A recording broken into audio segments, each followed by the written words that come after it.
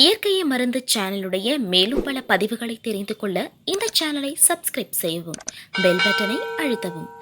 மேலும் மருத்துவரின் ஆலோசனை பெற இந்த வீடியோவில் உள்ள எண்ணிற்கு தொடர்பு கொள்ளவும். இயற்கை மருந்து நேயர்களுக்கு வணக்கம். நம்முடைய அருகில் பாரம்பரிய சித்த வைத்திய மதிப்புக்குரிய வேண்டசையா இருக்காரு.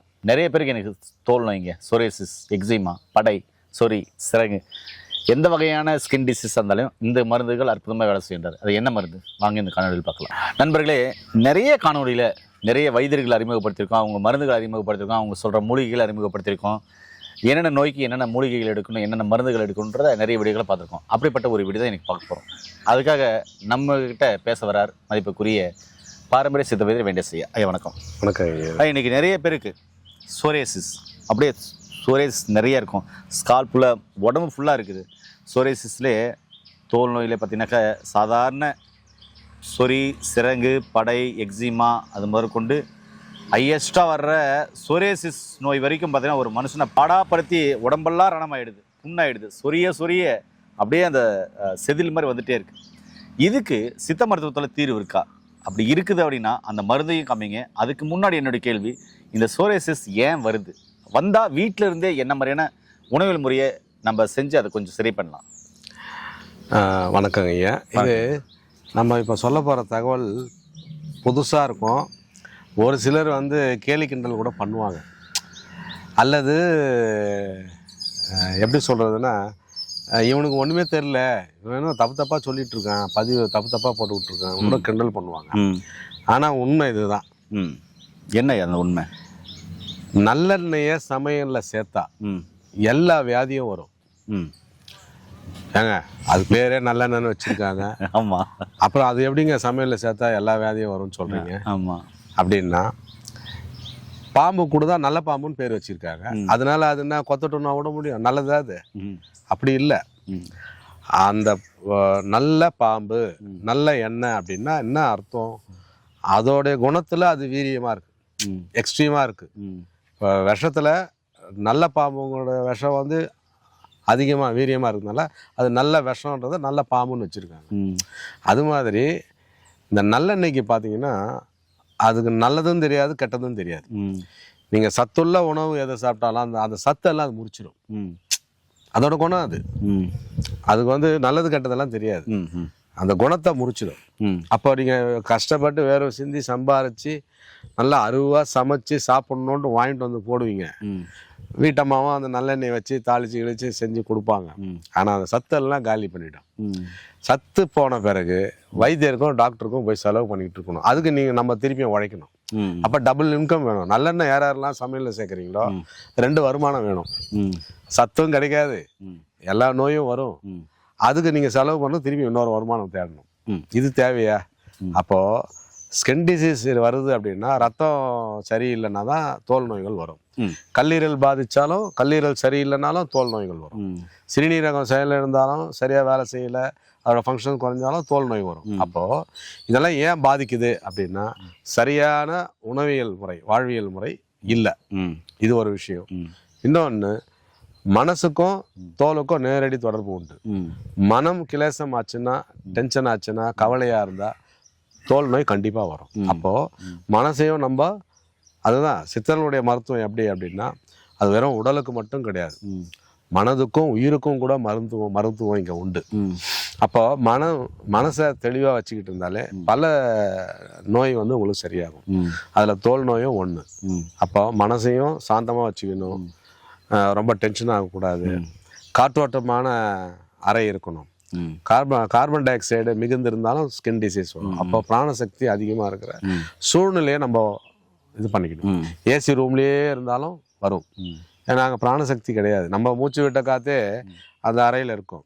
ஒரு மனிதன் சுவாசம் 1 மணி நேரத்துக்கு 8 கிலோ கார்பன் டை ஆக்சைடை வெளியே விடுறான், கரியமில வாயுவை, 1 மணி நேரத்துக்கு. அப்போ ஒரு ரூமில் நம்ம இருக்கோம், ஏசி எல்லாம் க்ளோஸ் பண்ணிட்டு ஏசி போகிறோம்னா எவ்வளோ கார்பன் டை ஆக்சைடு உள்ளே சேரும்னு பார்த்துக்கோங்க. அப்போது அந்த காற்று வெளியே இருக்கிற காற்று உள்ளே வரணும், உள்ளே இருக்கிற காற்று வெளியே போகணும். அந்த மாதிரி அரேஞ்ச்மெண்ட் பண்ணிக்கிட்டு ஏசி யூஸ் பண்ணுறீங்க, பிரச்சனை இல்லை.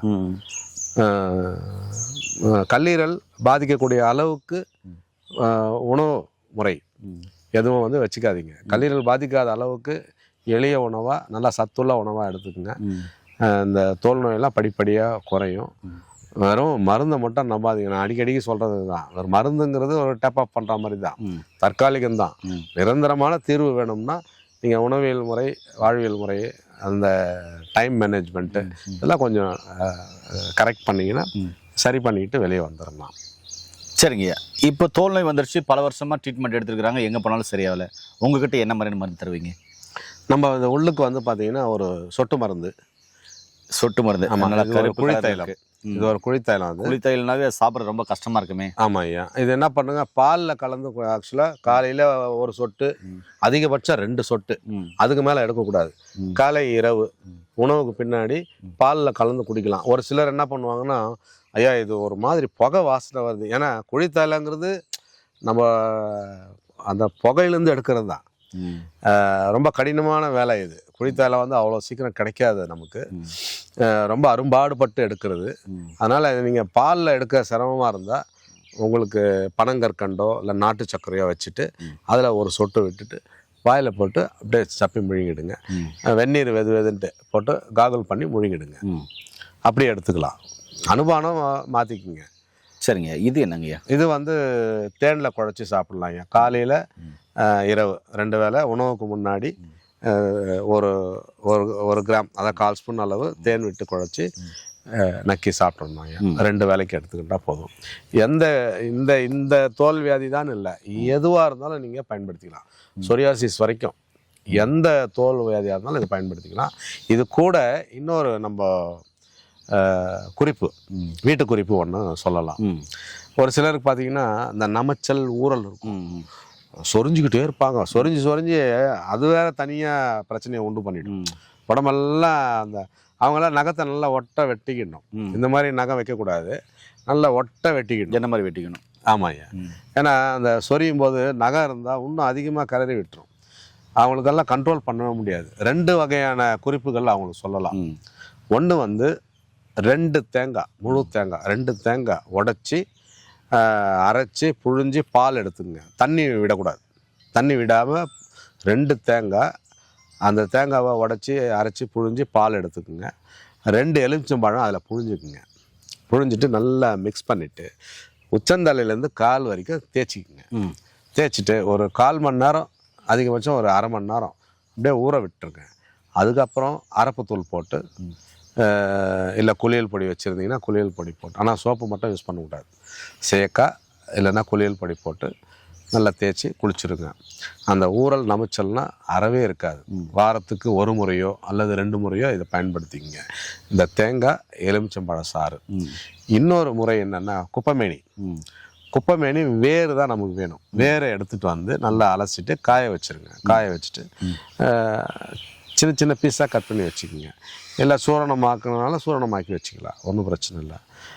பொடியாக நறுக்கி வச்சிங்கன்னா ஒரு கைப்பிடி அளவு எடுத்து 3 டம்ளர் தண்ணி, நம்ம எப்பவும் சொல்கிற அந்த 300 ml தண்ணீர் 100 ml சுண்டை காய்ச்சிட்டு காலையில் 50 ml, சாயங்காலம் 50 ml எடுத்துகிட்டு வந்தீங்கன்னா எப்பேற்பட்ட அந்த ஊறல் நமைச்சலும் 2 நாள்லேயே கட்டுப்படும்.